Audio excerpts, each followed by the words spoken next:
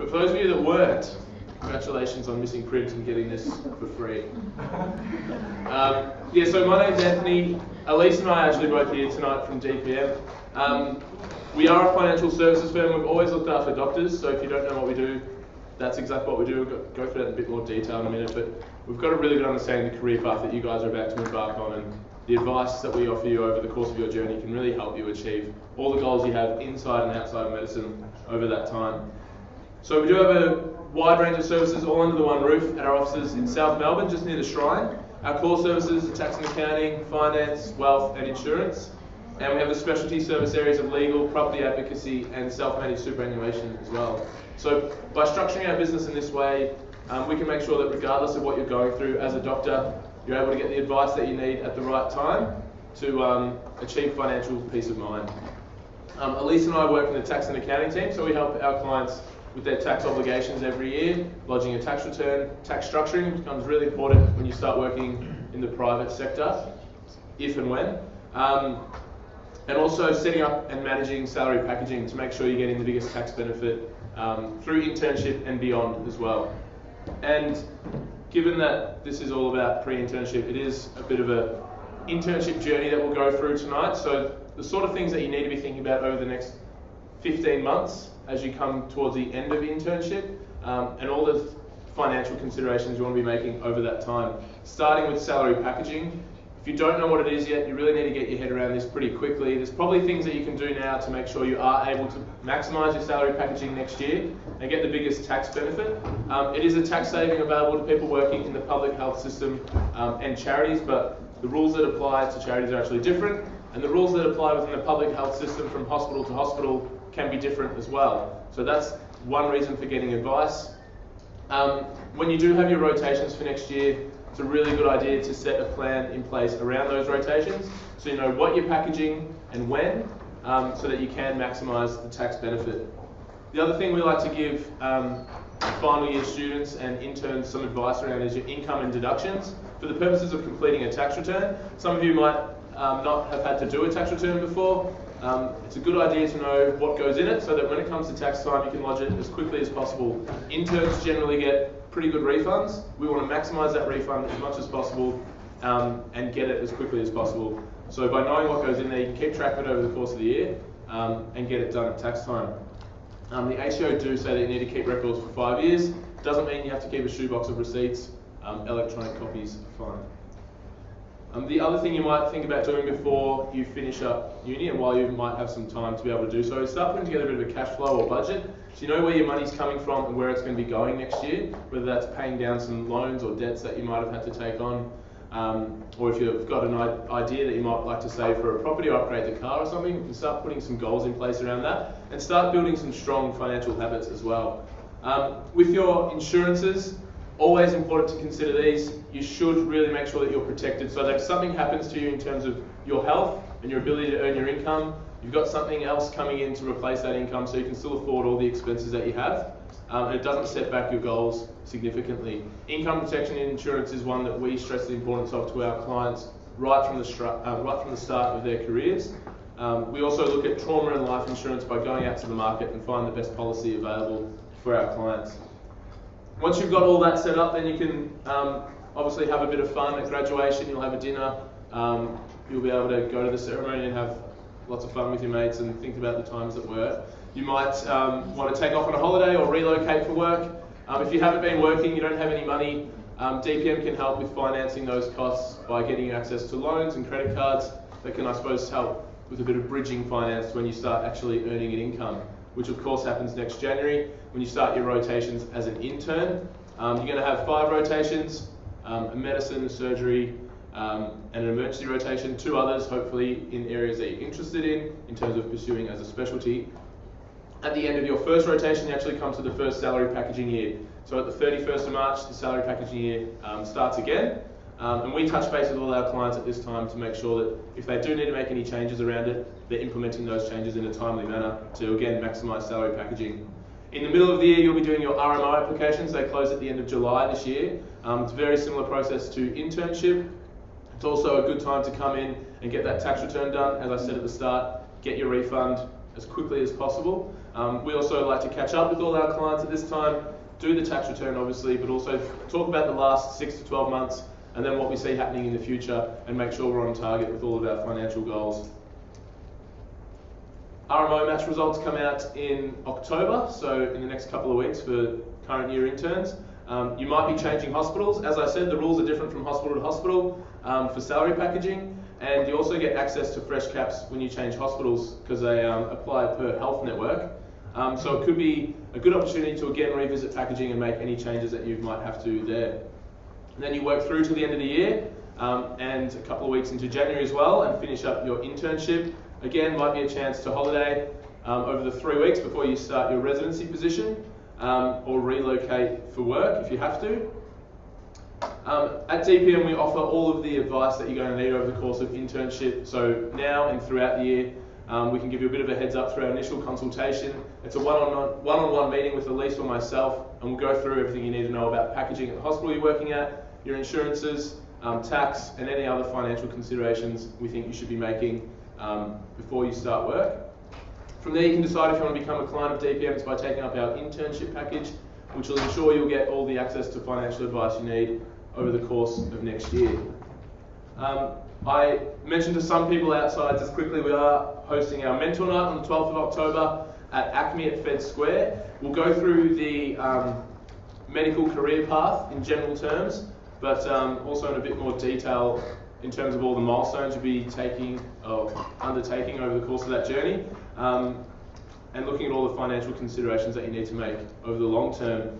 We'll also assemble a panel of our clients for you to fire any questions that you might have about working in medicine, getting onto training programs, internship tips, work-life balance, really anything you want to ask them, you can. And we're also putting on food and drink for 3 hours for free. So if you want to register, please jump onto our website or send us an email at grad@dpmfs.com.au. All final year students are welcome to come along to mentor night, but I would encourage everyone to get an initial consultation somewhere, so you know what you're doing next year, because you do want to be putting the best foot forward financially. Thanks for your time. If you have any questions, does anyone have any questions now, actually, about anything? No? Okay. I can leave it there, but yeah, contact us if you have any queries for us.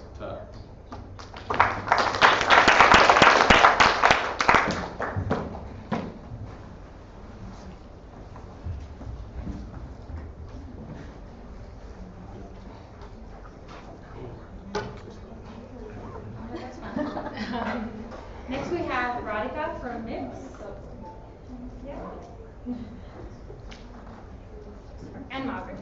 Hi everyone, sorry, just before Radhika starts, we just thought we'd do something a bit different tonight and not talk about indemnity, which can, at this time of year, you're probably inundated with indemnity talk. So Radhika's just going to give you some tips, top 5 tips on being a good intern next year. So hopefully all goes well, and just wanted to say congratulations to you guys. It's great that you are at this stage, and just remember MIPS when you are an intern, it is free, and also don't forget our 24/7 hotline that you can call, and we always have a doctor at the end of our line, so someone that knows what you're talking about when you do need to call, and we would rather you call us again and again and get some advice than get into trouble or someone make a complaint or sue you. Otherwise I'll hand over to Radhika. Thank you. Hi everyone. Okay, there's some familiar faces in here, so hi to everyone. Okay, we're going to go through the top 5 tips for interns, and I'll try and make this brief because I've actually got 8. I've just thought of 3 others that I want to talk to you guys about. So I'm just trying to think of myself at this stage in final year, and basically I wanted to know all these things that I've been ignoring for the last 6 months. So I was concentrating on getting through exams, getting my job, doing all those sorts of things, and finally sort of got to the stage where I was like, okay, I want all this information now because I feel that I can process it. So hopefully we'll get through 8 tips for interns. A lot of people always ask, what's internship like, especially your non-medical friends, and I often just use it as, it's basically like the first season of Scrubs, and that's kind of what it feels like most of the time. You have all the craziness, all the victories, all the hookups, all those kinds of things. It's really, really fun here. The first tip that I have for you guys is that you're really not expected to know everything, and in fact you're not really expected to know anything, which was a huge relief for me when I started. All the stuff that you've learned in medical school is all basic clinical knowledge which will be useful for you to build onto when you start studying for exams in your certain specialty, and it'll be important for you along the way as you go. But really, to be a good intern, you don't actually need to have a lot of this clinical knowledge. The things that you probably need is to be safe. So, you know, we drill this into you guys so much.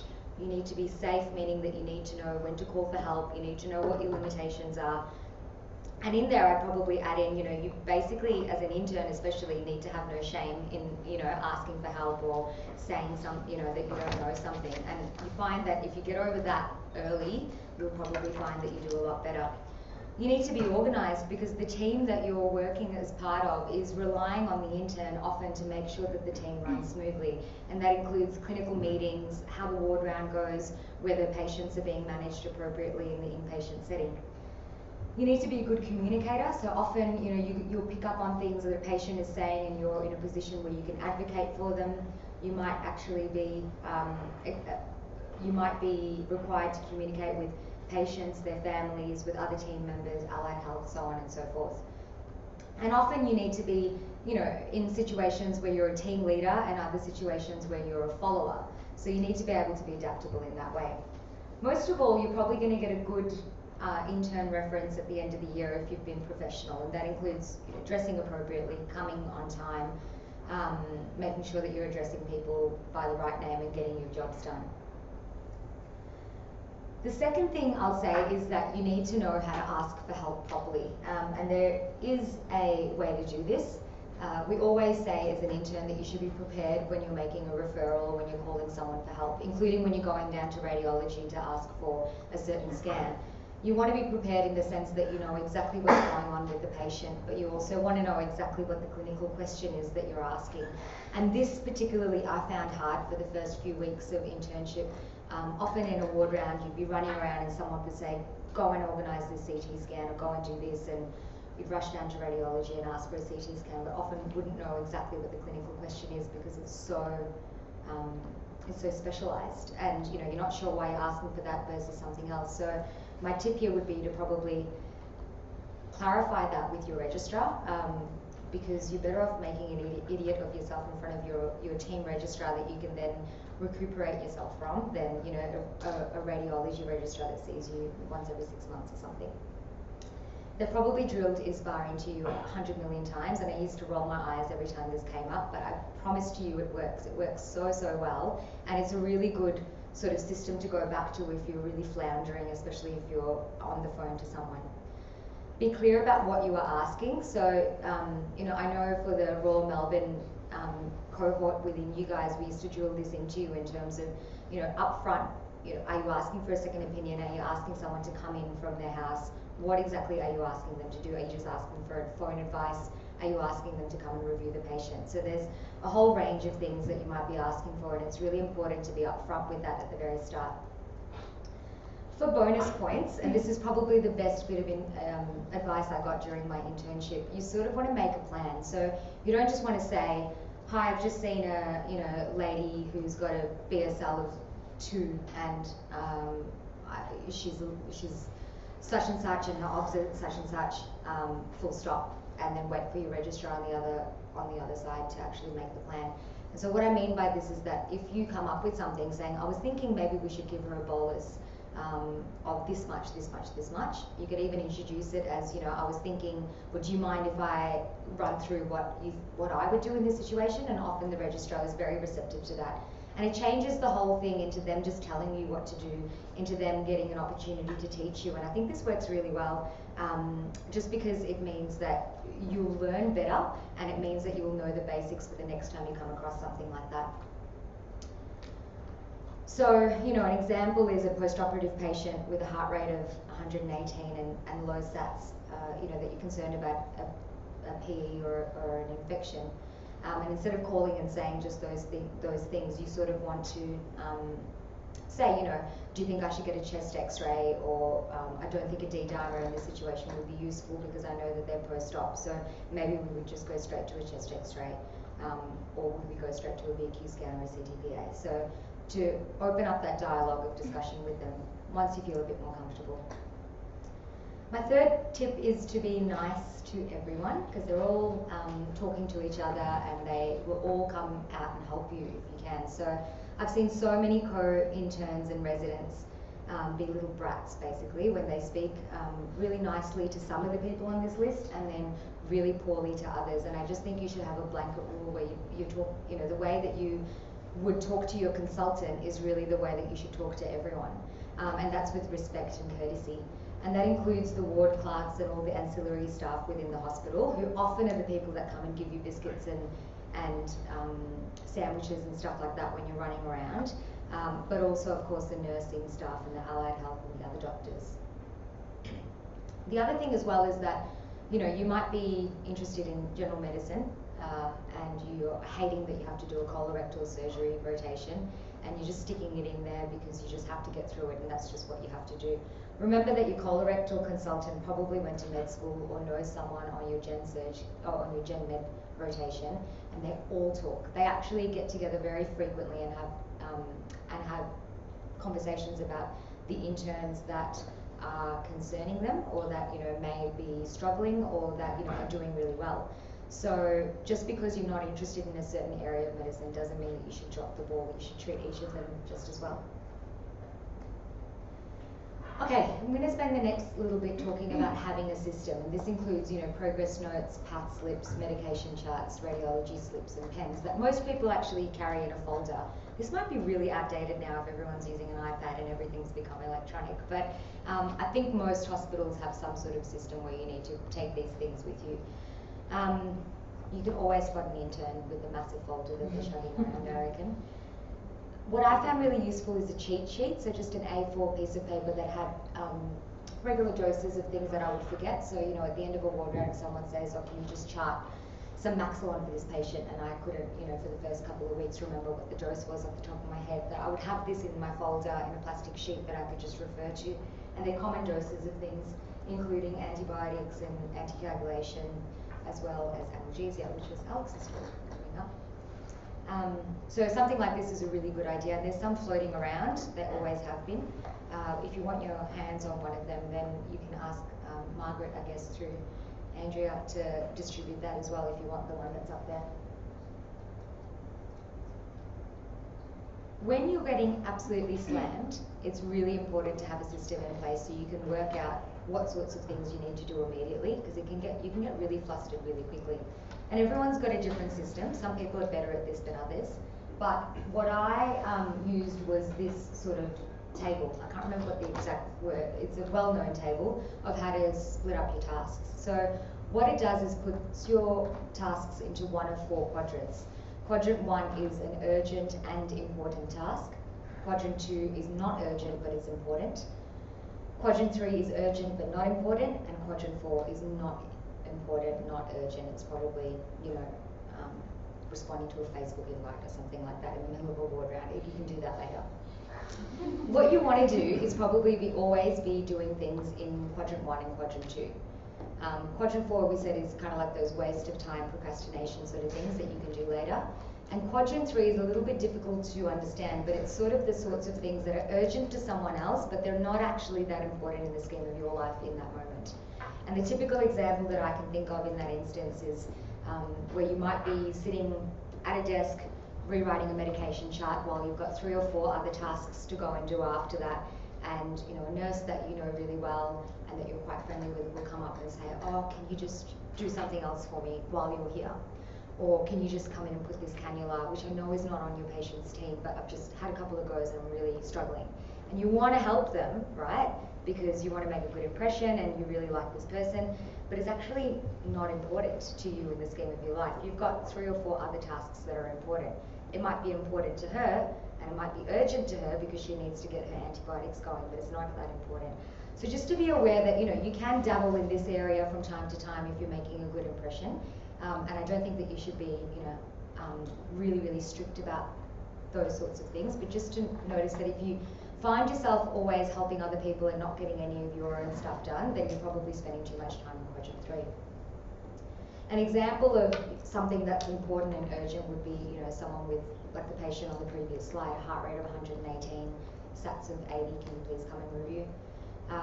Whereas a task in quadrant 2, so an important but not urgent, might be something like getting the pathology slips ready for the patients for the next day. So, eventually that will become an urgent task, 5 minutes before you're about to head off.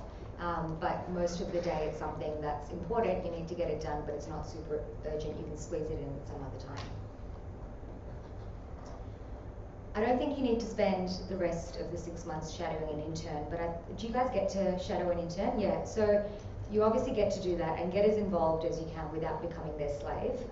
But get involved and try and read and see what they do. Try and look into, what they're doing, what sort of things, how they respond to certain situations. You'll often see that they're pretty well polished by this stage of the year. So they will, someone will say, oh, we should do bloods, or someone will say, yeah, maybe we'll get a chest x-ray, and before you know it, it's already being written. So it's something like that you can start saying to them, can I help you on the ward round today by doing all the pathology slips that people talk about? You can just have that one task instead of having to juggle that and the radiology and the referrals and things like that, and sort of do them as you're going along. I remember doing this as a final year medical student, and I just felt like the biggest time waster, because I'd be sitting there being like, I don't even know what to order, but I really want to learn, and they'd end up having to say the things to me, and then I feel like I'm wasting their time. But it doesn't matter, you're there to learn. They'll grab it out of your hands and write it for you if they're really in a rush. But you'll start pattern recognizing that way. And remember that it's only a 2-week, well, for us at Deakin Uni, it was a 2 or 3 week break before we went from finishing our final day to becoming an intern. It was really, that's all it was, 3 weeks, and then all of a sudden we're an intern, and nothing's really changed except for the fact that we've had 3 weeks off. So it's pretty confronting. So it's good to get these skills underway now. You guys all get to shadow an intern, but do you get to do a cover shift with them as part of your roster? Sometimes, yeah.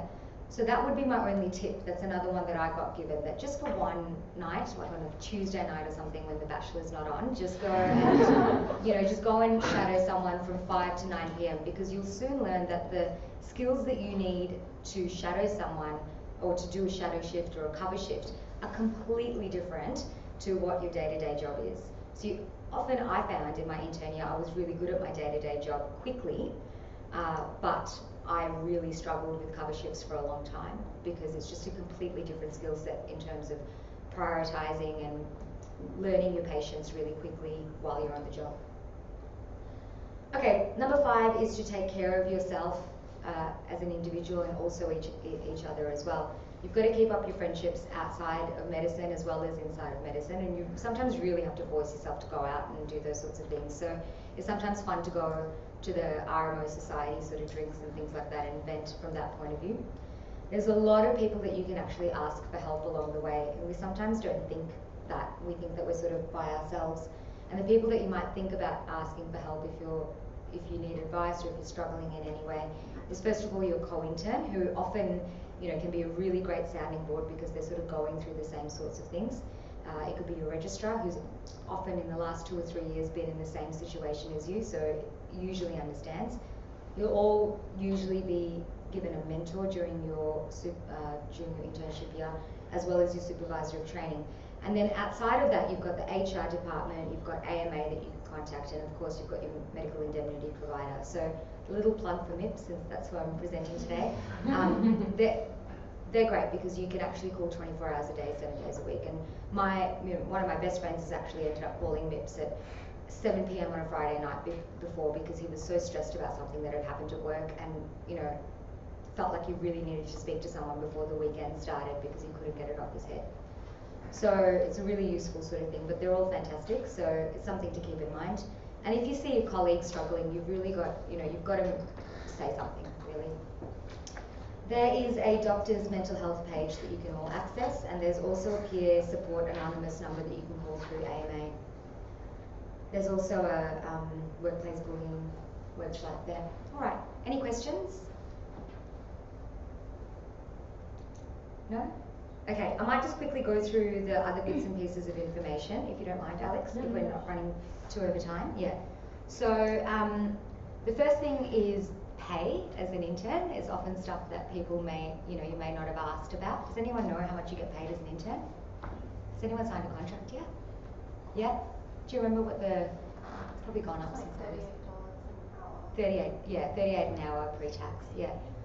So basically how it works is that you get paid as your standard hours and then your rostered overtime, yeah, and then you've got your unrostered overtime as well. Does everyone know all of this stuff? Am I repeating? Anyone want me to explain it? Yeah? Okay, so you've got your rostered hours, and as per your contract you should only be rostered for 38 hours, but that's not going to happen. In some rotations it will, in other rotations you'll have rostered overtime. That means that they actually want you to work 45 hours, for example, and then roster that in for your weekly rotation. If you're rostered for 45 hours, that means that your base rate of $38, you get, say it's $38 an hour, you get paid at that rate for the first 38 hours. After that, for the extra that you're rostered onto, so that's the extra 7 hours, you get paid at a penalty rate, and that's usually 1.25 or times the normal rate. 1.5 for the first 2 hours, and then it should be double. And then it's double after that, yeah. So it goes up, yeah. So sometimes so this is how we make a lot more in medicine than what our base wage is. So don't freak out when you see 70,000 or something on a piece of paper. You'll probably be earning more like 100,000 in your intern year. But it does depend on what rotations you do. So if you do rotations that are all kind of like 9 to 5, 9 to 4, getting out on time, no weekend covers, no evening covers, no night shifts, then you're not going to get as much penalty rates. Whereas if you start working evenings and weekends and night shifts and you're rostered on for more than 38 in a week, which is in some rotations, they're trying to really cut that down at an intern level these days, then you're going to be paid at an extra rate. Does that make sense so far? Yep. So the other type of overtime is unrostered overtime, and this is the stuff that you stay back and do, and you don't get paid for it. And you could fill out a timesheet, but no one does, and that's not the culture of the place. And this is what most people sort of worry about. So, look, it depends on the rotation that you're doing in terms of how much unrostered overtime you do. You've got to decide what's appropriate to you. I decided for myself that if I was staying back any longer than 1 hour per day, this is just my own personal thing, consistently, then that might be something to keep a record of and to see whether that's happening consistently every time. That was my cutoff. Other people have 2 hours. Other people just, want to take all of the time that they've been there, and other people don't really care because they're happy to be there. So everyone varies, but it's always difficult to get your unrostered overtime paid, and that's just because the way the hospitals look at it is that you should always be handing over at that time. It's not as simple as that. Sometimes you know the patients better. You've got to, it just is that way that you've got to sit back and do something afterwards. But my advice here would be to probably not get too hung up on that unless it's happening consistently, and in which case you should keep a record of it and see what your co-interns are doing, or see what the interns that were in that rotation before you were doing. At the start, like for the first 3 or 4 weeks, I wouldn't count any overtime because you're just going to be slow at your job. Like I remember going in super early because it just took me so long to read the bloods, and also staying back because I was just so anxious the whole time. So I wouldn't count, just disregard those 4 weeks, I'd say. And after that, start keeping a little bit of a tab. But definitely at the end of the rotation or end of the year, if you were starting to notice that there's a pattern there, then it might be reasonable to talk to other people about it. The other thing I'll say about unrostered overtime is that we as doctors get really, really worked up about it because we think, well, that's ridiculous. I'm staying back 2 hours every day and I'm coming in an hour early and all these sorts of things. And I used to whinge about this all the time to my friends that are lawyers and economists and marketing consultants, and they just sit there and not say anything. And then I think finally one of them turned around and said, okay, you've got to stop whinging, because we often go into the office very early and we often stay really, really late, and we just have a base salary. So as a professional, you're actually quite lucky that you're getting paid per hour. Whereas, other young professionals in their graduate or intern year are pulling big hours as well. And that's not to say that you should suck it all up and do all these hours, but it's just to keep it in mind in terms of, we're pretty lucky in a lot of ways in the way that we get paid. Any questions about that? Okay. Can I just make a point about that as well? having seen it time and time again, what you will learn when you start working, and as Brad said, it'll take a little while before you are quick enough to actually be appropriately handing over, having done your work that is a good amount of work for the day. It is a 24-hour system. Every hospital has cover for every unit, for every patient, 24 hours a day, and you have to be able to draw a line in the sand where it just has to wait till tomorrow, or it needs to be handed over. And I think that a lot of interns punish themselves as much as the hospital punishes them, and you do need to be able to just say to yourself, this is what absolutely needs to be done tonight, and this is what can be done, you know, like what Brad was saying with the boxes, and things that absolutely need to be done tonight, you know, trying to get help and delegating some of those tasks to people that are actually rostered to physically be in the hospital until 10 p.m. And in most of your rotations, you will have a cover person like that, will help you get out of the hospital closer to on time, and that will in turn sort of maintain some sanity. I think that's a really good point. The next thing is holidays, which I always really wanted to know about as well. So in internship, you get 5 weeks of holidays, 2 weeks during the year, which is usually given to you. So unless you've got a wedding or some other thing already planned, it basically gets rostered and given to you. Like, this is your 2 weeks of annual leave. So often, if you guys are all going to different hospitals, or even if you're going to the same hospital, you don't have a lot of people that are necessarily on leave at the same time. You do get the other 3 weeks of your annual leave at the very end of your intern year. So as the new interns are coming in, your whole cohort goes on holidays for 3 weeks, which is awesome. So that's actually where Alex and I met. So we went to Hawaii for 2 weeks during that time, and that's where we first met. So it's a really, really fun time. And so although you may want to stay back for the 2 weeks or do something low-key for the first 2 weeks of your annual leave, especially if it's in the first part of the year and you don't, you know, necessarily want to go away, make sure you give yourself that proper break in those 3 weeks that come up at the end of the year. The last thing is salary packaging. So from a doctor's point of view, because you guys will get lots and lots of talks, I guess, from people about the utility of this, but I can, hand on my heart say that I've saved so much money from salary packaging. So, it is, it really is. And like, I think in my intern year, I salary packaged 4 times because of the way my rotations work. So I got 9,900 times 4. So I got, you know, some ridiculous amount of tax-free, and there's just so many benefits. So the tip there from my point of view is just to get yourself organised early, because you have this critical period before it all clocks over into the next FBT year, is that what it's called? Yeah. And so that, if you just want to make the most of that first bit, you've just got to be all over the paperwork. So that would be my only tip, I'd say, yeah. But that's all. Any questions or comments?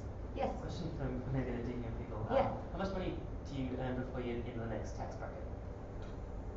So the first $18,000 you earn is tax-free, is that what you mean? But above, like, say your base rate is like 65 or whatever. So what are the tax brackets? And then so up to $37,000 you're paying tax at 19 cents to the dollar, and that's what most people are saving. So you're saving about 19 cents in that first part of the year, and then the second half of the year you're saving 32 cents for every dollar you salary package. And then after that it goes to 37 cents above $80,000, which is probably where you'll be for that second financial year. Anything else? Okay, I'll hand over to Alex. Thanks, guys.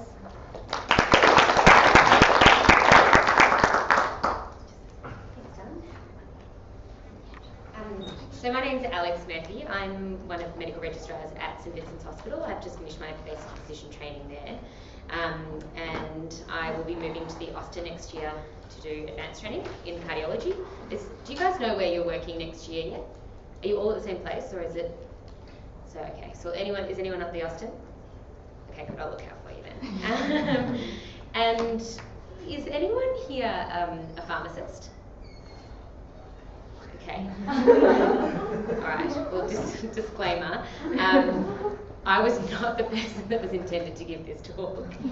So I've had to sort of brush up on some of my skills, but I think that the point is to make about antibiotics, and I'll talk a little bit about analgesia as well, which I've got a bit more right to talk about because I'm the palliative care registrar at Peter Mac at the moment.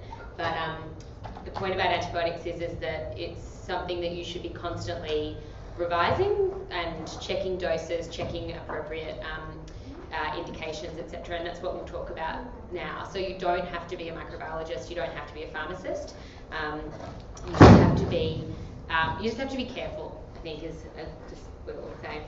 And the reason that is, we have a problem. We have a very big problem, especially if you come from St Vincent's, where we have a filthy hospital full of very resistant pathogens. We're famous for it because we ended up on a current affair or something at some stage, and we've had our whole plumbing replaced because of it. The problem with this is that some of these pathogens are now proving to be untreatable, and at St Vincent's we've actually had a couple of patient deaths where tragically patients were palliated because there was no longer any appropriate treatment for their infections. A lot of these infections are not travel related, and the strongest risk factors for these are use of medications such as ceftriaxone, meropenem and ciprofloxacin. You need to respect these medications, and I think that educating people at your level, because you will be doing a lot of the physical prescribing of these medications, is hugely important, because I think that the next decade and definitely within our career, we're going to see some really, really tricky patient situations where we won't be able to treat people the way we used to. So what can we do? Well, we can start by preventing infection and preventing the spread of these organisms from the very beginning, and that includes respected contact isolation and hand hygiene. You will, if you haven't already, be mandated to do hand hygiene for the next, probably 40 years of your lives, at least it would seem to me, every 2 weeks. You're just constantly asked to complete online modules where you tick a box saying you wash your hands at these places, and despite having done that so many times, doctors are really bad at it. You often see a man or a woman standing with an iPad next to a room, and that means that they're auditing you. And we get emailed these statistics, and it's not the nursing staff, it's not the physios, it's not even the patient's families, it's actually the doctors that are the filthy ones. So where you can and where possible, practicing the 4 moments of hand hygiene is really, really important. The other things, such as I can spot a few lanyards on. So Royal Melbourne still, is that a Royal Melbourne lanyard? Yeah, so they still use them, which is surprising because they've been sort of thrown out by most other hospitals. And I think that MIPS have kindly got some of the, thingy things, zing, which is, it's really tricky when you're in an outfit like this at work. So I often have my security tag, which is not very fashionable, but in the quest to try and stop the spread of multi-resistant organisms, then that might be one place to start.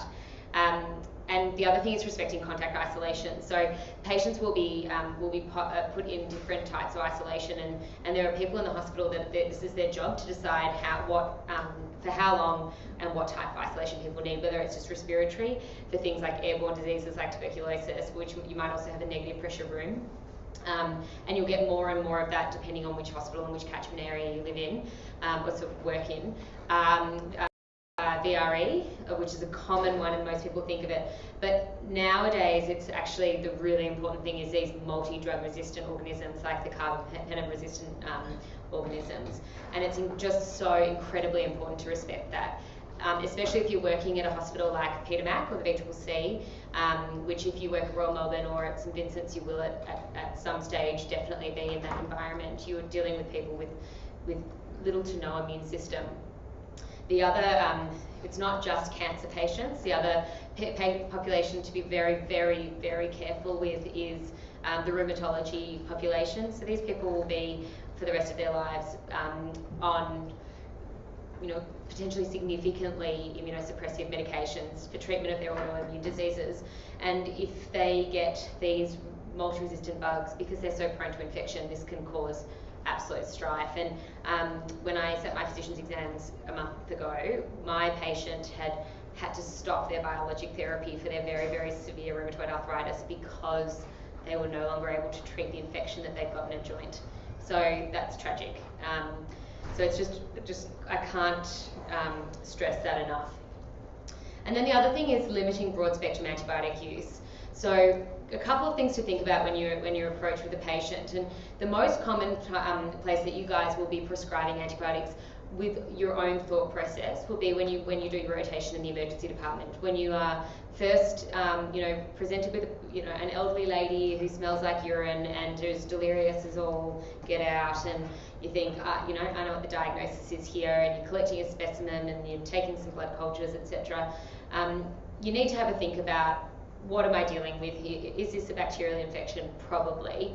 But what about the person that's got a CRP of 7, a white cell count of 4, and flu-like symptoms? Could that potentially be a viral infection?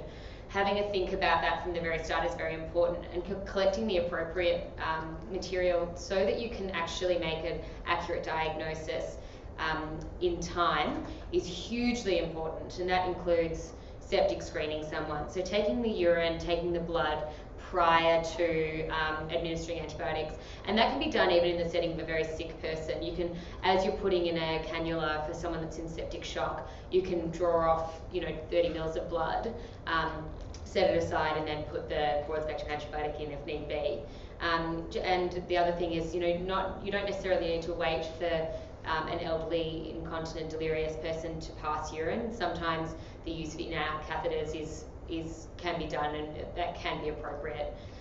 You have to really think about it. Do I really need the ceftriaxone? Do I really need the meropenem? Do I really need the tazocin? Do I really need the ciprofloxacin? I'm also really anally retentive, and I just want to point out these aren't my slides, and there's a spelling mistake, and the formatting was terrible. So really embarrassed. The point in that line that I'll especially make is, please, for the love of God, respect ciprofloxacin. It is the last remaining oral antibiotic we have against Pseudomonas. And someone said that to me when I was in second year, respect Cipro. And so if you just walk away with nothing else, I don't know much about antibiotics, but I know that you really, really, really should be knowing what you're doing if you're prescribing that medication. Then we can look at how long do we need to use these antibiotics for, because sometimes it is actually completely warranted, and in fact quite often, if someone's sick enough to be in hospital, they might be sick enough to warrant broad spectrum antibiotics, especially in that population that I was just talking about, in the ones that are immunosuppressed, whether they're on treatment because of it, maybe they're diabetic, whether they're, or potentially they have risk of having stranger bugs, for example, alcoholics and IV drug users that could have picked up sort of anything in the community, and starting off very broad until you've got some answers back on your urine, your blood cultures, or just a bit of a better story or a better idea. You may be able to de-escalate, whether it's from IV antibiotics to oral antibiotics or from broad to more narrow. And I'll talk about durations a little bit later, and I've got a slide on. You'll be surprised, actually. People are very, very overtreated with antibiotics. We'll talk about numbers later, but they're less than what you think. And the last point is very important. Question your bosses. Question your registrars. There are a lot of you in the audience will have a much, much, much better knowledge of antibiotics and bugs and stuff than I do. I want to be a cardiologist. I don't have any interest in this whatsoever, other than trying to be a responsible doctor. But a lot of my bosses are not responsible in any way, shape or form, and there's this concept of the ceftriaxone responsive syndrome, and that's it's a joke concept, but unfortunately it is rife on the wards, in that people, consultants that are not from an ID background will just pop anyone on something broad, and something like ceftriaxone is actually a really very broad spectrum antibiotic, and we are putting people at risk of developing these multi-drug resistant organisms. So just want to talk quickly about some common conditions. I'm also knowledgeable that it's dinner time, so just tell me when you want me to. Yeah, okay, cool. So the first case, it's a 74-year-old man, used to be a smoker, no longer smokes. He presents to the emergency department with cough, he's quite dyspneic, he's got a borderline temperature, said 37.5, that doesn't look too bad. And you get called by the emergency department to the general medical registrar saying he's just not coping. He's got oxygen sats of 91% on room air. You don't really know what his baseline is, considering he does have this history of being a smoker, and he's probably got a history of COPD. You look up at his results, you see his X-ray, and there's no consolidation on his X-ray. But you look through the past pathology, and you see that there was some micro done 6 months ago, which grew Pseudomonas. So you think, what do I do? What do I do? This is probably an infective exacerbation of COPD in someone that's had Pseudomonas. What do I prescribe? If anyone wants to answer, you can call out, otherwise I'll just keep going. No takers?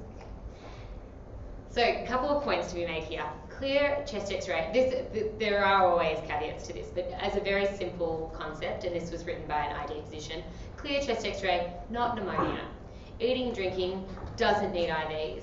Not severely unwell, so doesn't need Pseudomonas. You're going to know if someone has Pseudomonas sepsis or pseudomonal chest, community-acquired pneumonia. So, this is a COPD exacerbation. So what do we need? We need some amoxil or some doxy. Moxifloxacin is not indicated for exacerbations of COPD, okay? And again, the durations, 5 days is actually enough for this setting. I'm more than happy to share these slides with you guys afterwards if you don't, so you don't have to sort of tap away. And these are just, all of this information is taken from therapeutic guidelines and up to date. So if you were to type in infective exacerbation of COPD, this is what you would get on ETG, on which you should all have access through via Clinicians Corner or you're on the hospital websites. And the other thing to remember in this patient population, which is crucially important, is to do the multiplex. It's just the throat swab. I think it's a throat swab. I've never actually physically done it. Is it a nose swab? There you go. Or throat. Perfect. So these will give you chlamydia, mycoplasma, and Legionella, as well as the viruses. And this is really useful because, especially around, we're sort of coming out of the season now, but over the last couple of months, we've just had so much flu, and as soon as you get the influenza swab back, you go, boom, I can stop the Tazocin, I can stop the Ceftriaxone, I can stop the antibiotics that are not going to be effective at all for this patient. So then you get the patient that actually does have a chest X-ray, an infiltrate on their chest X-ray, and now I have to think about, all right, this is a community-acquired pneumonia, how am I going to approach this? And the way I think that is best to think about it, and again, there's a lot of words on this page, and I wouldn't expect you as an intern to know this sort of, that what I want you to think about is, what is my population? Is this likely to be something typical, something atypical, or something completely different and in a whole other kettle of fish? And the typical stuff is, common things happen commonly. They happen commonly in people that have an immune system, people that don't have an immune system. And they are your strep, your Haemophilus, and your varicella. And that's when you get, your run-of-the-mill antibiotics like penicillin, ceftriaxone, and moxifloxacin is especially used for varicella, but also for people that have an immediate hypersensitivity to penicillin. And they should be sort of in your little cardinal of medications in your mind. Then you get your atypical bacteria, and you should start thinking about these ones, especially in special populations, like the ones that are a bit immunosuppressed, whether they're just diabetics, whether they're really crumbly COPD patients, whether they're alcoholics, which we know get higher rates of Legionella and chlamydia. And that's when you want to start thinking about atypical cover. And atypical cover, classically, is doxycycline or azithromycin. Now, when you start in the emergency department, I guarantee you, I'm sure, I've always been at St Vincent's, but I'm sure it's not just a St Vincent's thing, that you'll stand next to an emergency registrar who will put everyone on ceftriaxone and azithromycin that has pneumonia. It's not actually the guidelines, it just for some reason is what people do. And that is an incredibly broad spectrum. If you think someone has Legionella, go for it. Use azithromycin until the cows come home. But otherwise, if they're tolerating oral tablets, you don't have a leg to stand on, to be honest, and doxycycline should be what you're using in addition. So if we're actually going to stay with the guidelines, it would be benzylpenicillin and doxycycline, or if they're sicker, if they're not tolerating orals and you think, oh, if they're a bit sicker, maybe ceftriaxone and still the doxycycline. And then if they're really sick, they're not tolerating anything orally, that's when you finally get to that kefenazif. But if I hear the words kefenazif one more time, like it's just so rarely necessary and so often prescribed. So I want you to start, when you start working on Gen Med and the patients have been admitted by someone else and antibiotics have been started by another group of doctors that might not have the skill set that you do, I want you to start looking at that on the drug chart on the post-take round and saying, this patient's on kefenazif, they're sitting up, they've had their breakfast, they're swallowing, they've got no problems with their swallow. I think that we could change that azithromycin to doxycycline. And when the 95-year-old Gen Med consultant goes, oh no, we better keep them on kefenazif, you tell them what the evidence is, and the evidence is not for azithromycin. Maybe they're on USA, okay? Yeah, maybe not. But whisper it to your med reg who's probably, you know, studying for their exams and totally on your side. And then we get to this last group, which is the staph and the gram-negatives, and also flu. And this is where, if you're starting to think this when you're dealing with a patient, this is where you call for help. This is where you either call for help to your registrar, to an ICU person, to a consultant in the emergency department, depending where you are. I would hate for anyone here when they're an intern to ever be dealing with a suspected case of staph pneumonia, gram-negative pneumonia, or a bad case of flu on your own. Not that you could, you can call for help at any point, but especially with this group. These staph pneumonia is often thought of too late. It's often thought of in the ICU when a young person has been intubated, and we start thinking, why is this person not getting better? Why are they so sick? And that's when you add vancomycin and flucloxacillin into the mix to cover for both MRSA as well as MSSA. Your gram-negatives, you're just in trouble really. You're especially in trouble if you are at St Vincent's because we have all of the gram-negative multi-drug resistant organisms. But that's when we have to start thinking about covering that. And then whenever you've got someone really sick presenting, and especially young that just fall apart, always think flu, even not in flu season. And oseltamivir, which is Tamiflu, the prescription guideline is if they present within 48 hours of symptom onset, and it's thought not to be effective if given after that, and it actually only shortens the duration of sickness.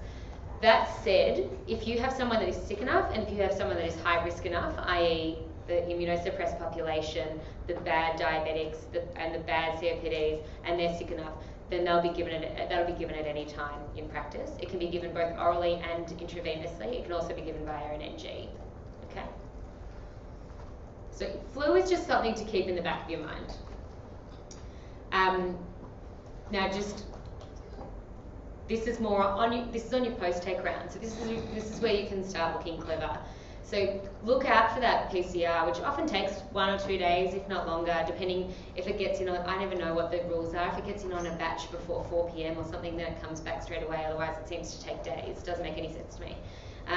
But when you get that PCR back that says this person's got rotavirus, or this person's got rhinovirus, or flu or whatever, then instigate the appropriate treatment, which is likely going to be nothing unless they're really sick and needing Tamiflu after the 48-hour mark. But at that point, you can, unless they're super unwell and you think they've got a secondary bacterial infection, that's when you can go along and you can cross off. You can cross off the antibiotics and say this person needs to be treated symptomatically with ensuring adequate hydration and supportive care. If they're young, then they can go home because they have a virus, and you will meet so many young people that just feel like crap, and you think are really sick, and then they've just got rhinovirus and they just need to go home and have a couple of days off work. But they don't send them with oral antibiotics. It's so tempting when you've got people that are still looking sick to send them with oral antibiotics, but this is where we get the problem. This is where we're getting the problems with drug resistance. After one dose of, when people come into the emergency department, they're unwell, they will always get IV antibiotics in the emergency department. We can't stop that. But once they get to you, Can we use orals? Can we use benzyl penicillin instead of ceftriaxone? Are we well enough now, even if they're not ready to go to oral antibiotics, can we just make that step down, narrow the field a little bit? I've harped on about azithromycin enough, so I'm just stop it there. But as soon as someone's eating and drinking, I don't think that there's any good reason not to have them on oral antibiotics, unless you've got a good reason to think that they're not absorbing. So if they've got profuse diarrhea, if they've got any sort of bowel problem, and then at that stage you should be thinking that that's obviously a more complicated case that you should be asking for help with. And for most community-acquired pneumonias, 7 days is enough. And that's not 7 days of augmented duofort after they've had 3 days of Kef and Azith. That's 7 days in absolute total. So empirically, mild disease should be given amoxicillin or doxycycline, moderate disease, ben, pen, and doxy, and severe disease, Kef and Azith. Again, this is all from ETG, this is not news. So, second case is an 82-year-old lady that's had an acute myocardial infarction. She's now febrile at 38 degrees. She's got SATs of 90%. It's 11 p.m. and someone calls a met call, and you get there first and think, oh God, no one handed me over this patient. I didn't realise that they were sick. You have a listen to their chest, and they've got some crepitations in their right lower lobe, and you get a chest x-ray and you find some infiltrations. They've got evidence of inflammation on their bloods, which, considering they've just had an AMI, could be infection, could be just the fact that they've infarcted part of their muscle. But we think, okay, this woman's febrile, she's elderly, she's hypoxic, this is all starting to sound like a hospital-acquired pneumonia. So now we have to consider, what are we covering and how does it differ from the community? So the important thing to remember is azithromycin is not indicated, and we do have to cover different things, but what azithromycin mainly covers in the community is Legionella. So unless you've got a Legionella outbreak at your hospital, that shouldn't cross your mind. So what we want to cover is we need to think more about the staffs, especially if they've had a longer hospitalisation, especially if they're sharing, if they're next door to someone that's MRSA and everyone's wearing a lanyard on the ward round. And this is where you take it a bit more seriously, to be honest. Hospital-acquired pneumonias can often be harder to treat, they can often be sicker. They're in hospital already and then they've acquired a pneumonia. So if you think of it that way, they're already unwell for whatever reason. Their reserve is going to be lower. So they get broader spectrum antibiotics. So moderate disease, mild disease, you can still go with your augmentin duofort, which is amoxicillin clavulinate. Moderate, you'd go with ceftriaxone. And severe disease, if this is a met call and they're looking really bad and you don't know what to do, give them a stat dose of pip-taz, which is tazocin, remembering that that has got penicillin in it, so not for people with penicillin hypersensitivity. And again, de-escalate as soon as you can. Giving someone 4.5 grams of tazocin at a met call is not the end of the world. Like, I know I'm talking about don't give broader antibiotics if need be, but that could save their lives while you have got 8 hours or 6 hours, because it's a QID dosing for pseudomonal cover, to think, what's really going on with this woman and what would be the appropriate treatment? And sometimes one single dose of IV antibiotics is enough, and then you can treat with oral. And ICU are actually much better than the wards if you look at the audits at using augmentin and ceftriaxone rather than going straight to tazocin. If anyone works at the VCCC or Peter Mac, absolutely everyone just gets tazocin and vancomycin. There's no ifs, ands or buts. It's at met call, no matter what met call is called for, they just all get tazocin and 2 litres of fluid. So don't ever learn anything about responsible antimicrobial stewardship in that building. So the third case is a young man with cerebral palsy. He's got a peg in place and he's known to have had recurrent aspiration. You recognise him. He bounces back to Gen Med B every 3 or 4 weeks. You've got to know his mum really well. He's had gram negatives in his sputum in the past, and sometimes he gets really sick. He's been on pip-taz, tazocin for 3 days, and then today he gets really sick again, and out of nowhere, he thought things were getting better. His temp's up to 38 degrees, he's got a CRP of 200, white cells of 13, and you go to examine him and you go, You just can't tell. He's always got a gurgly chest. He's not able to really clear his secretions. He's got a kyphosis, small chest. You do a chest x-ray, it's poorly inspired. You think, I have no idea what's going on. He's aspirated again. And in fact, Ben-Pen is the ideal drug. In hospital, he should be on ceftriaxone. And then we use clindamycin if he's allergic to beta-lactams. Because what that will give us is coverage of gram-negative, gram-positive, and anaerobes.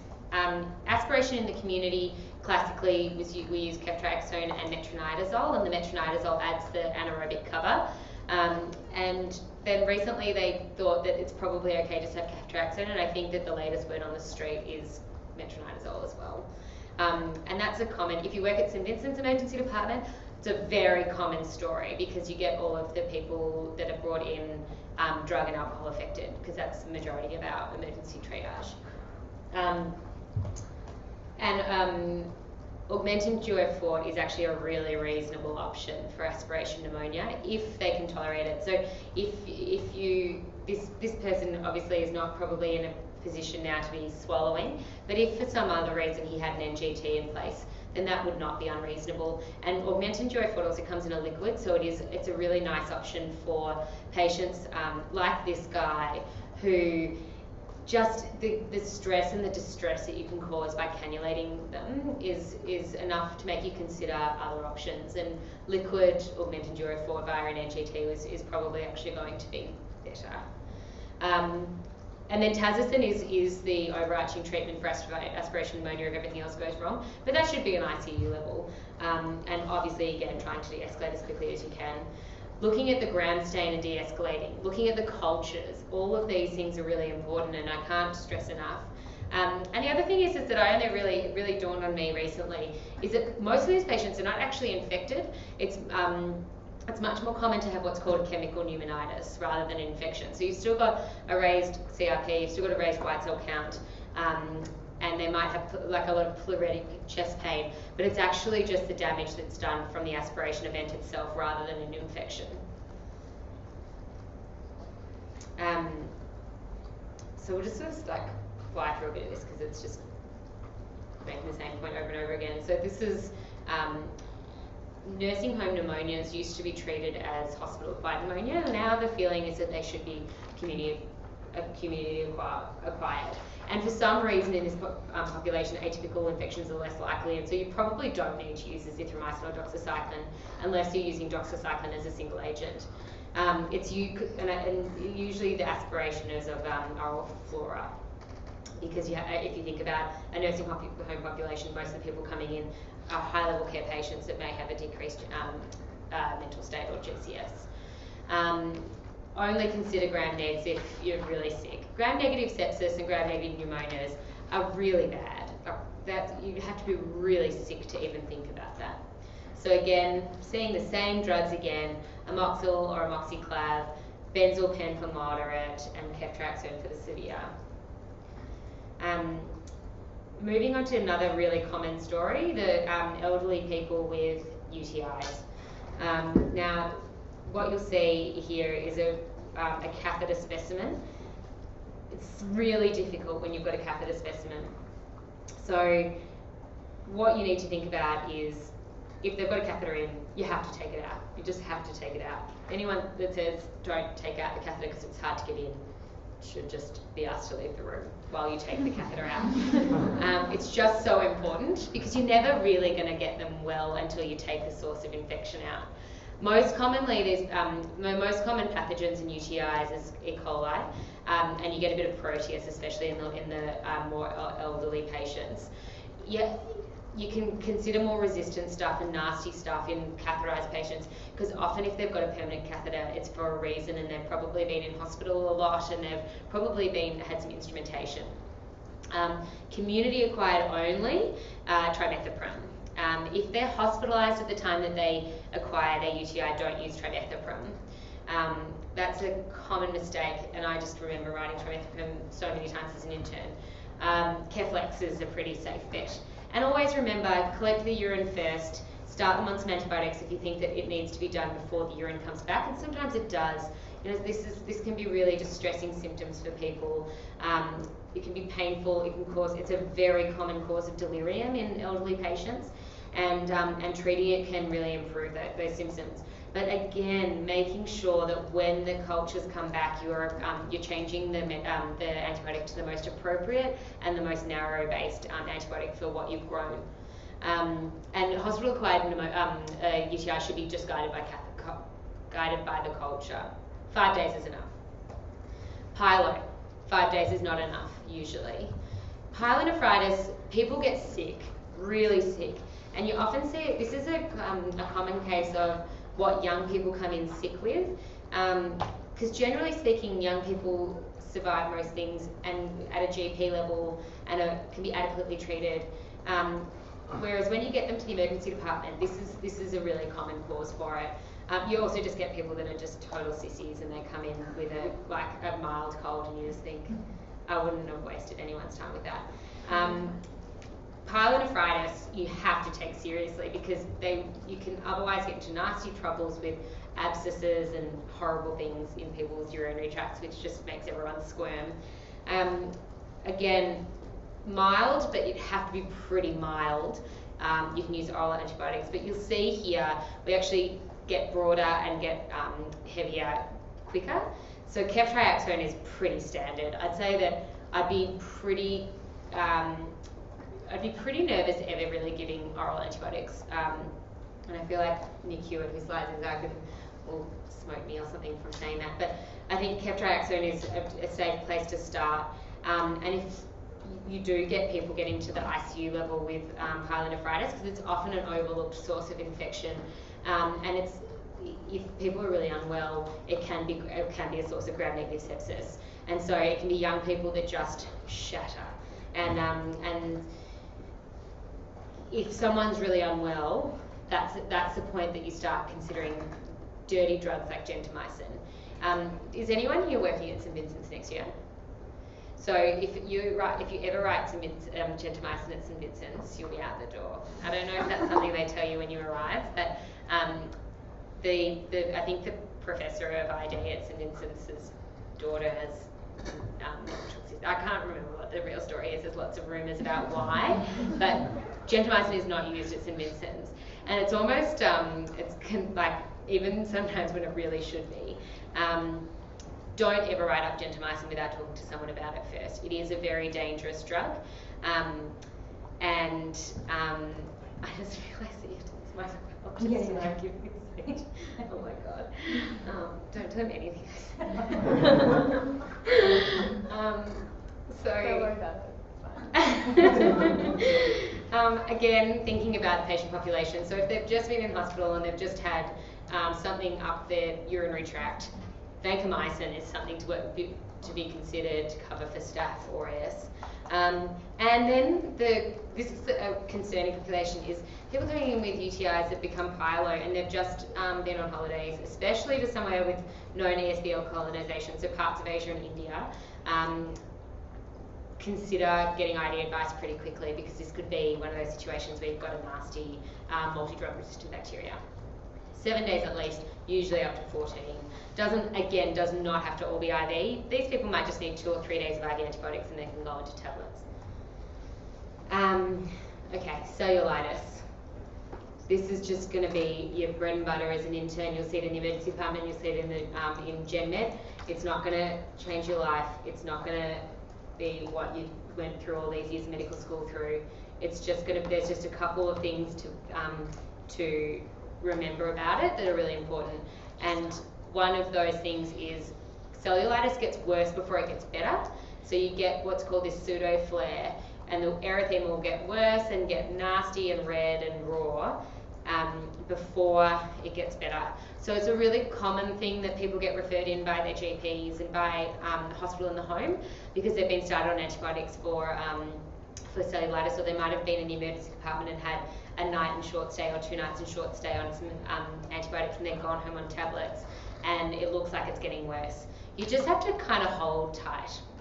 The other really important thing about cellulitis is that one of the ID consultants at St Vincent said to me when I was an intern, when I said this patient has got bilateral cellulitis. No one ever has bilateral cellulitis. If it looks like they've got bilateral cellulitis, they've probably got venous stasis. So, look, of course they can have bilateral cellulitis, but it's really not often that. It's usually, if someone's got 2 red legs, then think about venous disease, and that's a really good point, because you'll, like, the mean medical registrars will laugh at you. Because I don't know anything about ID. Well, common organisms, always staph and strep. So empirically you should cover that. So flu-clox and is just usually what's given. If you've got a penicillin allergy, if it's not immediate, then cefazole and cefalexin, very effective. Immediate hypersensitivity, then you have to go to the clindamycin. Clindamycin can be given orally or IV, and I think they're equivalent, which is quite good. And the interesting thing about clindamycin is that you have to think about the weight, because there's something to do with fat that I knew and now I don't. And I had a very, very, very obese patient who wasn't getting better, and it's because we needed to like quadruple the maximum dose in order to actually have him absorb it. 7 days for most. God, there's so many cases. Okay, meningitis. To be honest, I might just skip through this, because if you suspect meningitis, there's this, but there's also just phone friend, okay? And I really mean that from the bottom of my heart. I worked in Warrnambool as a medical registrar last year, and I got a phone call from an intern who has, you know, learnt their lesson, but who had had a patient present about 4 hours earlier with what sounded to me like classical bacterial meningitis, and the patient was very, very sick. And that was 4 hours and no antibiotics had been given, because they were having a good think about it and they were looking things up and stuff. And so if you get this sort of picture, anyone that's coming in confused, drowsy and febrile, you just need to get help straight away. And they're the sort of patients that, you know, while you call for help, and while that help is coming, you can be really useful by, oh, all right. You know, you can be really useful. Did I touch something? No. Touch here to activate equipment. There's nothing interesting on the screen anyway. You can be really useful by doing things like getting the drip in, getting the cultures off, getting the cultures off. I'm just going to say it one more time, getting the cultures off. And you know, thinking about some broad-spectrum antibiotics, asking him or his loved one that's brought him in, is he allergic to penicillin? Those sort of things. To getting his blood pressure, making sure that his, you know, is this a MET call? Is this a, you know, because this is where time really, really matters. And ultimately what you need to do is treat them empirically for everything. So what they're given, if they're sick enough, is big doses of ceftriaxone, big doses of benzylpenicillin, much, much bigger than what you'd give for a community-acquired pneumonia, big doses of vancomycin, and dexamethasone if you get it in before the antibiotics. So that's now the thing. So if you've already given antibiotics, then you just don't bother with the dex. For some reason, I've never understood this. I've tried to get my head around it and failed. It only works if it goes in first. It can literally go in with the antibiotics straight afterwards. And then acyclovir if you're suspecting encephalitis. And generally speaking, if they're obtunded, I think that you should cover for encephalitis. It's never encephalitis. It's never HSV encephalitis, but you should cover for it because it's a really devastating diagnosis. I'm just going to skip this. Intra-abdominal infections, you might see a bit of this when you're on your surgical rotations, and you'll get used to writing these medications up. Commonly Enterobacteriaceae, Enterococcus, especially in the biliary system, and anaerobes. So usually you have a bit of a cocktail of ceftriaxone, metronidazole, and ampicillin, and that's what's called the surgical cocktail. It's just the only thing that the surgeons know how to write up. The PIP-TAZ is, so tazocin is very effective for biliary, so anyone doing upper GI as a rotation, it's got good biliary penetration. And then this is another one that's quite important. So when you've got a febrile patient or someone that's just not looking very well, and you're thinking, where could this be? And this is a really common thing that will be asked of you as an intern, when you're an intern. Because you'll get called overnight at 2 o'clock in the morning, someone's got a fever, and they're actually in for something completely different, and you start doing your septic screen, and you start thinking about listening to their chest. It's clear their chest x-ray looks all right. You know, their bloods aren't too bad, their urine dipstick is fine. Where else do you look? Always check the IV sites, because it's really not that uncommon. And again, removing the line, it's not magic, it's annoying, because it'll always happen to the patients that are hard to get bungs into, but sadly, that's just what you have to do. Now, depending on how sick someone is with this and what kind of line it is, if you've got a big line like a port, a pick, you know, you really have to be very careful with this, and that's when you get the big guns out, like your Pip-Tas bank. Consider adding gentamicin, not at St Vincent's. Don't forget your fungi, because you know, these patients that have got these permanent lines are often hematology patients who just grow fungi like it's going out of fashion, and that is terrible. It's a really bad prognostic sign. It'll affect the ability for them to get chemo the next round, and you know, this is obviously you're going to be calling for help, but again, being that useful first person that gets there and goes, they're febrile, they look sick, and they've got a permanent line in place. I'm going to start by getting some cultures out of each of the lumens of the PIC or the port, and the nurses know how to access ports. You obviously don't touch them, and getting peripheral lines as well, because it's difficult to interpret the findings of positive cultures if you don't know where they came from. So accurately marking the bottles and making a point in the clinical notes on your path slips as to where has this sample come from is really, really important, because and again, removing the line, and then obviously, like, the duration will just depend on the bug and what kind of line, and you know, you might just have a bit of a peripheral bleb and a bit of thrombophlebitis or something, or you might be in septic shock from your port infection. I had to include it at the end because I want to be a cardiologist, and so it's more interesting than the other ones. If you suspect infective endocarditis in someone for whatever reason, if they've got high inflammatory markers, sort of grumbling along, if they've got a new murmur, if you're very clever and you found a split hemorrhage or an Osler's node or a Janeway lesion, then you know, that's great. Tell someone. Don't think about that on your own. Just tell someone. That person needs an echo. And this is the whole concept of infective endocarditis is a whole talk in itself, which I'll be giving next. No, just kidding. But you at least need a transthoracic echo. Most valves actually need a transesophageal echo, especially if someone's got a prosthetic valve.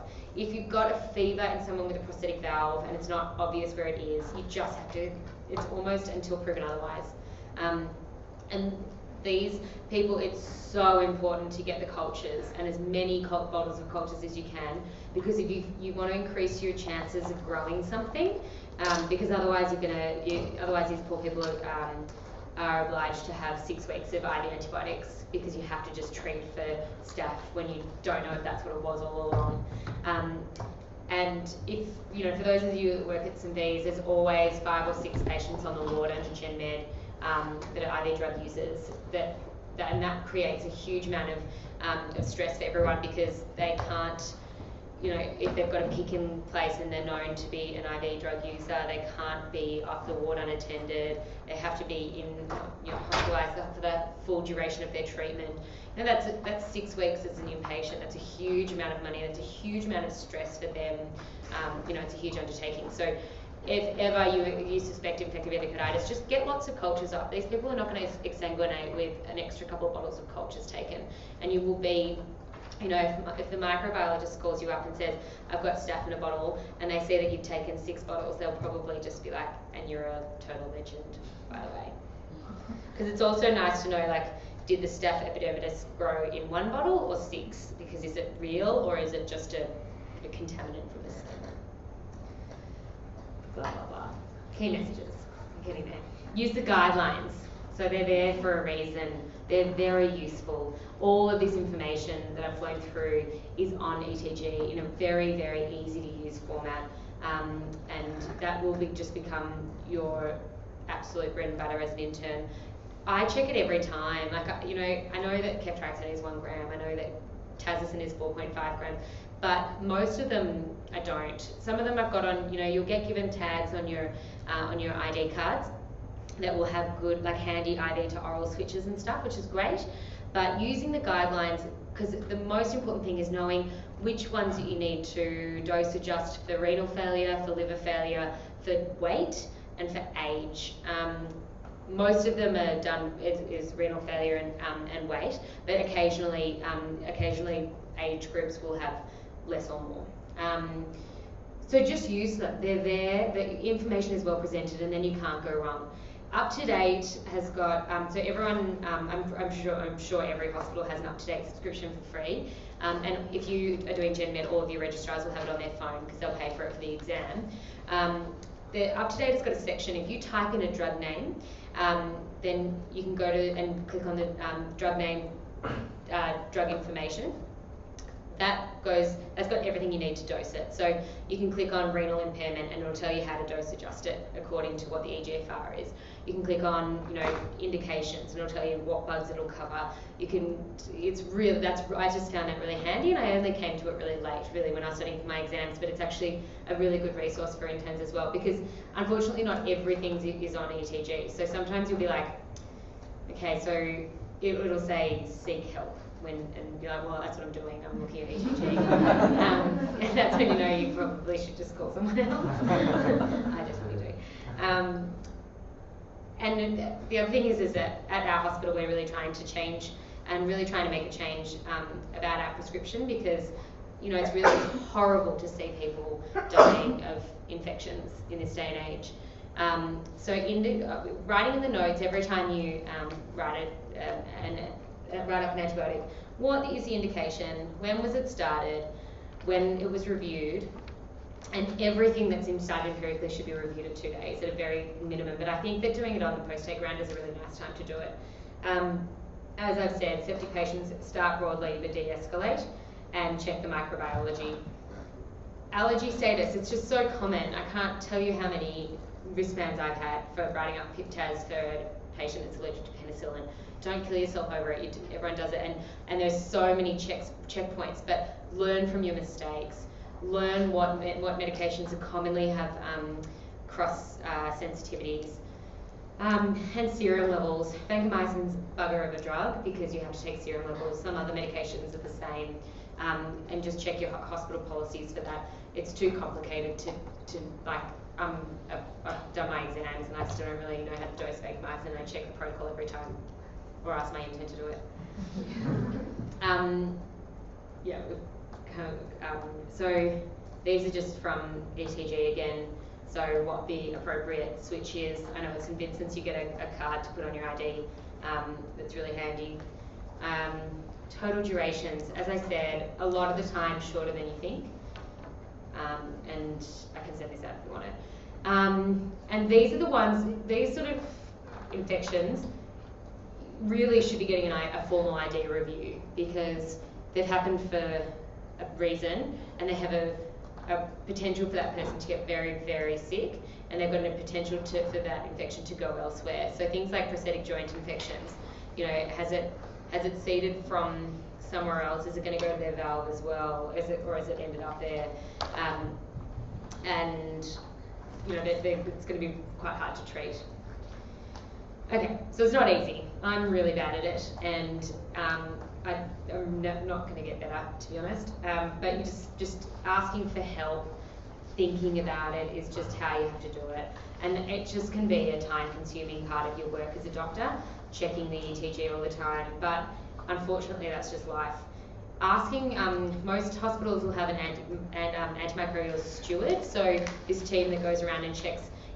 Most hospitals, when someone prescribes Tazocin, it'll be an alert to the pharmacy. I've heard actually that Keftraxone needs an approval at some hospitals. We use it like it's going out of fashion at St Vincent's, probably because we don't ever use gentamicin. But calling the microbiology registrars or the microbiologists, they're very helpful. They're very, very helpful. But, you know, the number of times I can think of, like, often things aren't published, so they might not realise that, so like they are allergic to this medication or whatever, or you want an oral because you actually want to get this person home because they're, you know, they need to get back to their high level care nursing home or whatever. Calling the microbiologist and saying, do you think it's reasonable to give this person ciprofloxacin? No, I didn't think so either. Or, like, I don't ever prescribe Cipro before, even when I've got a clear Pseudomonas that's sensitive to Cipro, without speaking to a micro registrar and saying, are you sure this is okay? Because it's, you know, you should take these things on as a big deal and use the resources, and they are always, in my experience, they've always been really, really happy to help. I don't know what microscientists cannot means. Release unpublished studies. Oh, okay, cool. It's just what they have access to. Good point, yeah. So I think, especially at St Vincent's, they often just give you sensitivities for 3 or 4 because they're trying to limit how much you're prescribing. But there's actually like 5 or 6, 7, 8 other options that they've tested for, which they don't release to try and narrow those things. So yeah, it is important to call if you're sort of stuck with the options that you've got in front of you. And a common thing about that is that, like a common situation is that you'll have an elderly person that's got a long-term infection that's on long-term antibiotics that's known to the ID clinic, or an IV drug user that's on long-term antibiotics for their prosthetic valve infection. And then for whatever reason they come in with something else, and now they've got 2 bugs, and you can be clever and do clever things that I can't do, and but they can, and try and get things covered by both or work together. I think the word is synergy. Now, everyone's hungry, so I'm just going to be 2 minutes on analgesia, because the point about analgesia, so I'm working as the palliative care registrar at Peter Mac at the moment, and pain is hard to treat, and generally speaking, it's not something that you should be doing if it's bad enough. I think it's something that you should always be asking for help for, whether it's from your registrar, whether it's from an acute pain service, whether it's from a palliative care team, depending on the appropriate referral base for that patient. You need to be very careful as an intern prescribing analgesia, and things that you need to always think about is, why does this person have pain? What medications could make them sicker than, or cause them more harm than good? For example, do they have renal failure and you're going to give them morphine, which you can't? Like, that's not a good idea. And am I equipped to deal with their pain in an effective way? Or do I need to, you know, from the start realise that I'm not able to do that and ask someone that can to put that patient out of their misery? Because I think that the more you try and do this yourself when you're very junior, the more you do it wrong. And I think I'm just realising that now, doing this job as a registrar, and actually realising how wrong I did it, and how much longer people were in pain unnecessarily. So I think that antibiotics is a really big topic, and I've harped on about that tonight. And I think that analgesia should just be, you know, you'll learn as you go about what you should be prescribing. But I think that is something more for your 2nd, 3rd, 4th, 5th years, you know, to learn as you go. But key messages: adopt a systematic whole person approach. So thinking about, why is this person in pain? What is causing the pain? Because that will direct you as to what medications and things may be helpful. Is there an element of brain pain, which is this concept that we have in palliative care of that sort of existential pain? And not that I'm saying, you know, when someone's screaming out in pain to think, oh, they're just faking it. That's not at all. But is there something, are there non-pharmacological methods that can be put into place to help with also the opiates that you're giving them? Administer regular analgesia in accordance with the WHO analgesic ladder, and I'll quickly show you that. Use appropriate adjuvant therapies as specifically indicated at any time during an illness. So this is quite clever stuff, and that would be the absolute ceiling. If you were one of my interns and you said to me on a ward round, this person's got this back pain and it radiates, and why don't we add some pregabalin because they've got normal kidney function, I would think you were a genius, and I'd say that's an excellent idea, why not? I definitely wasn't there as an intern, and I wouldn't expect you to be either. I definitely wouldn't expect you to be adding pregabalin to someone on a cover shift. And ultimately, your understanding of analgesia is really how can I keep someone comfortable enough until someone more senior comes along. Using appropriate adjuvant therapies as specifically indicated, I've just said that, sorry. Maintaining involvement with the patient throughout their illness. This is really important. Things change, pain changes, whether you intervene on the pain. This is a classic thing with surgical patients. You start them on a bucket load of opiate because they're just in excruciating pain, and then you fix them with whatever means it is. Or they get a PCA, they get an epidural or something else, and then all of a sudden all of that oral OxyContin that they've got going in is extra, and they don't need it, and then you find them napped on the ward with a respiratory rate of 6.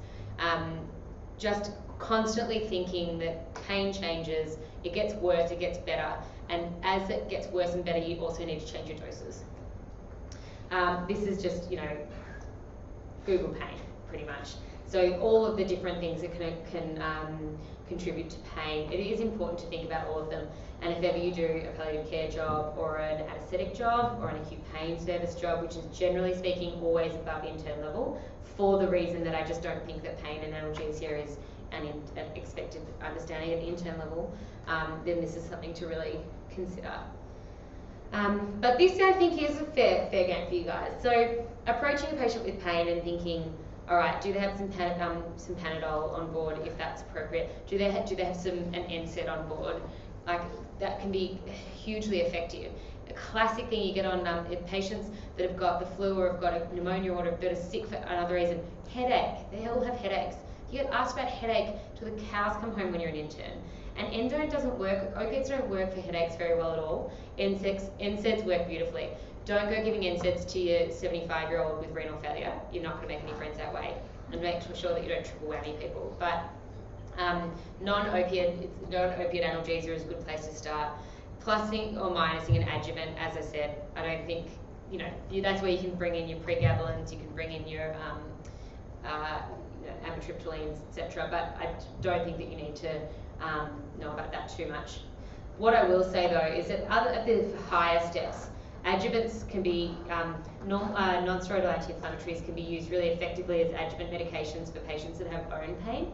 So if you've got a patient that's admitted under Gen Med because they've got pneumonia, but they've also got a history of prostate cancer and they've got some disease in their bones, and they're very sore, that can be really effective if they can tolerate it from a renal failure perspective. Step 2, generally by the analgesic ladder, is considered to be weak opioid plus a non-opioid, so you continue along with your paracetamol in almost everyone. And it's a fallacy that patients that have liver failure can't have paracetamol because of a very boring point about glutathione and it being a co-metabolite for something that I knew when I sat my written exam. Ultimately, there'll be someone in the audience that did a PhD or something on that, I'm sure. You need to think about patients that are nutritionally depleted, so chronic alcoholics, classically, with associated liver failure. They're the ones that you don't want to give too much paracetamol to. Otherwise, generally, paracetamol is pretty well tolerated by everyone. If you're ever worried, just make a TDS. And with a weak opioid, that WHO considers a weak opioid something like codeine. I don't like codeine very much. The other thing that they consider is tramadol, and I think that tramadol should be not prescribed by interns ever because it just interacts with too many things and it's not that good. So then we get to step 3 where Alex has told you to pretty much ignore step 2 and we start thinking about adding a strong opioid. So this codeine doesn't work in some people because they don't have the 2D6, which almost ruined my life when I was doing my exam. So then we get to the stronger medications like morphine and fentanyl. And just thinking about these very briefly, what you should be thinking about is slow release medications plus breakthrough. If someone's, and I don't think you should be starting these medications, but if people are coming in on them, if someone comes in for whatever reason, they're already on OxyContin or MS-Contin, which are slow release formulations of morphine or opiates, then you should be thinking about what is their breakthrough, what is their fast-acting analgesia that they take to bolster Because if they're sick for any other reason, then whatever they have chronic pain from is probably going to flare and should be addressed. And that applies to everyone. I think that a really sad thing that happens a lot, and especially in the submissive population, is patients that have histories of drug abuse, histories of opiate dependence, maybe on methadone. These patients feel pain, and that pain should be addressed. Not everyone is a drug seeker, and if someone says they have pain, it's very hard to objectively find evidence that they don't. Sometimes you can, but it should be addressed with someone more senior. And because often they're not given opiates, but in fact they need more opiates. So it's just my little advocate point. Breakthrough doses are dosed at 1/6 of the background dose, but I don't think you should worry about it. What I do think you should worry about is making sure that there are periods on the charts, because ultimately, as interns, one thing that you deal with a lot is poo, and you don't want to be the one that's scooping it out of their bums because it's too hard to pass. And sometimes manual disinfection is actually the job of an intern. I hope it's not for any of you guys. I had to do it. It wasn't fun at all. So periods. This is so simple, so good, so effective. I spend all day at the moment asking people about their poos, and giving them Cloxylin Center and Movicol and lactulose, and the list goes on. And it goes on to include really disgusting cocktails. You can go to the Caritas cocktail, which has got one of everything in a jug. So just keep people going to the toilet, and that will help their pain as well. You just won't believe how happy people are once they do a big poo. Okay, that's it. I'm going to stop talking now. Does anyone have any questions? Alex, what about taking cultures, starting antibiotics, and maybe a day or two later spiking temperature again, or even within a few hours of starting antibiotics or spiking temperatures? When do you decide to reculture? When do you? Because this is often really a thing good that point. I feel like as interns we got called to, where someone's already on the antibiotics but they're spiking temperatures. I think it's really important when that happens is to go back to first principles. So why is this person spiking temperatures? Is it that they're not on the right treatment?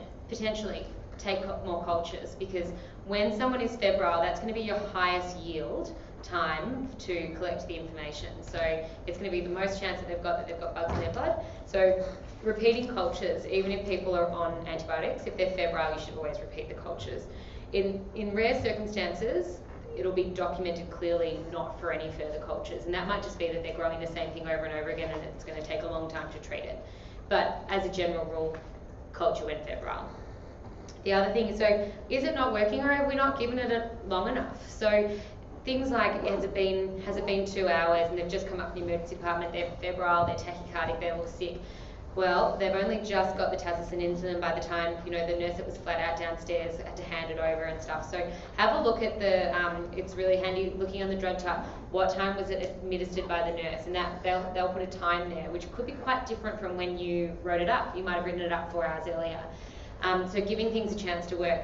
Then the other thing that's really important is thinking about the patient population. Is this someone that is at high risk? Is this someone that's high risk for something different? And am I not being broad enough? Do I need to consider adding in vancomycin because they've got a line and they've had chemo 4 days ago and that line has been accessed? Do I need, and are they sick enough to warrant broadening? And I think that if it's 2 o'clock in the morning and someone's looking really bad, broadening the antibiotics is such a simple thing to do, and you probably will think back and go, I can't do that because Alex said don't go too broad, but not in that situation. Going broad is fine as long as you just constantly revisiting it. Okay, so I think that when people get spiky fever again, going and looking at them and saying, are they spiky fever because it takes time for antibiotics to work, and sometimes it can take 48 hours for patients to properly diff-vest, or do they look really sick and we're not treating this adequately, and we need to optimize that, and we need to escalate the antibiotics. And sometimes that's the point where you actually need that patient reviewed by ICU. You might need to have them in HD or ICU because the next sort of septic shower could lead them into septic shock. And unfortunately, antibiotics do take time. It's not a magic fix. it's amazing how quickly someone will look better when they're really sick and you hit the nail on the head, like these on patients that you give TAS to. But you know, you have to think about the other things, the fluid status, all of that sort of stuff as well. Yeah. And when people are febrile, their pain is worse. So anyone that does an onc rotation especially, that's a common, or heme, like that's a really common thing, is that they'll have bad pain because of their disease, and then they get an infection on top of it, and every time they spike, that's horrible. So, but because you can't, because it's, you know, they're not necessarily going to do that, you can't predict it, that's when having breakthrough analgesia on board, so having either, if they can take tablets, having some endone on board that they can have that extra opiate, or parenteral medications to help them through those times, because being febrile can be a very painful experience.